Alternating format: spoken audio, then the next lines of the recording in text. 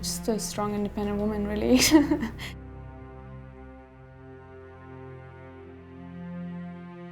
My name is Rahila. I come from Afghanistan. Grew up in a province called Jowhari, which is about probably 4 hours south of the capital city in Afghanistan. My parents actually dressed me up as a boy for most of my life. I think my dad just wanted me to have a normal childhood. He doesn't really tell me exactly why he did it, but I think it was definitely because he wanted me to have, as a girl I don't think you can have a normal childhood in Afghanistan. There's a massive expectation put on girls from a very early age. I didn't have that because I dressed up as a boy.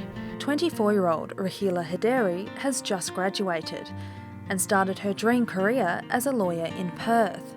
But only 8 years ago she could barely speak English and was failing to keep up at school. In 2005, Rahila and her family arrived in Perth. They were fleeing persecution from the Taliban and ISIS in Afghanistan. Hazaras generally persecuted for being Shia because it's easier to differentiate us from the other ethnic groups. The first time Rahila remembers meeting her dad was when he landed in Pakistan to take his family home to Australia. He was forced to seek asylum here, leaving his young family and an infant Rahila behind. My dad didn't want to risk all our lives and bring us here together because he didn't know if he was going to be able to make it or if he was going to get accepted. So it was just safer for him to just go on his own. We didn't actually know if he made it for months. We didn't know because we didn't have telephones or anything. When we did find out that he made it, he was in I think he was in Darwin refugee camp. Honestly, my dad doesn't really talk about it much. He doesn't give us any reasons. He doesn't really tell us exactly how he came here. But looking at other people, and majority of Hazaras, they were being persecuted by the Taliban during that time and still are. It would have been very difficult for my dad to have a normal life in Afghanistan. So I guess for him it was safer to risk his life and come here than to stay in Afghanistan. I knew because my dad left when I was 1.5 years, so I knew the whole time that we were trying to leave. We just weren't sure exactly when or if we would be able to leave. I think, I was probably 7 when my dad did get his PR, and that's when he tried to, put our visas in as well and try and process that. I think then it became more real that we were going to come to Australia eventually, and that's why we moved to Pakistan, just to make it easier, so we can attend the interviews and things like that. We tried to have life as normal without him, especially being in a country where having a male in the house is very important. Women can't really do a lot of things. My mum was very assertive, so she got around pretty well for us. She managed to get a rental and things like that when we moved to Pakistan, so she did a lot of things on her own. We didn't know if we were going to get accepted. After 2 years in Pakistan, they received their visas and made the trip to Australia.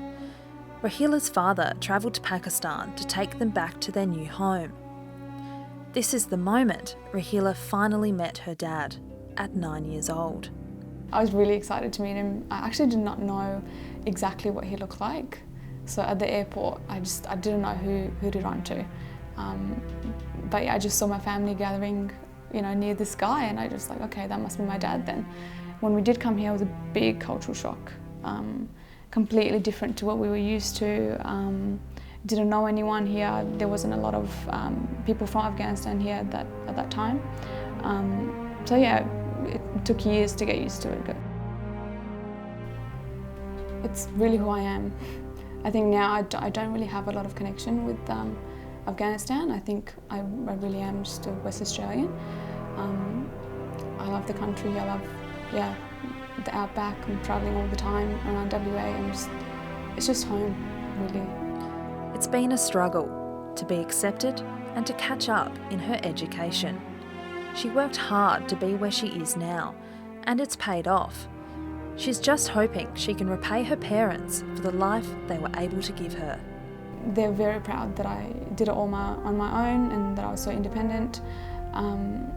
Yeah, I mean, because I was raised as a boy, there's no difference between me and my brother. We both treated quite equally, so they were very happy that I got into law. I think just getting into law was my way of showing that he didn't sacrifice his life for nothing.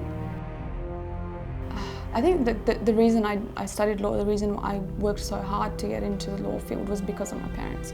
Because I didn't want my dad to continue working a trade and, you know, not have superannuation, not have something to rely on. Even now I don't want my dad to work anymore because I feel like I've managed to put myself in a situation when I can support both of them. So for me, I'm really just doing everything for them.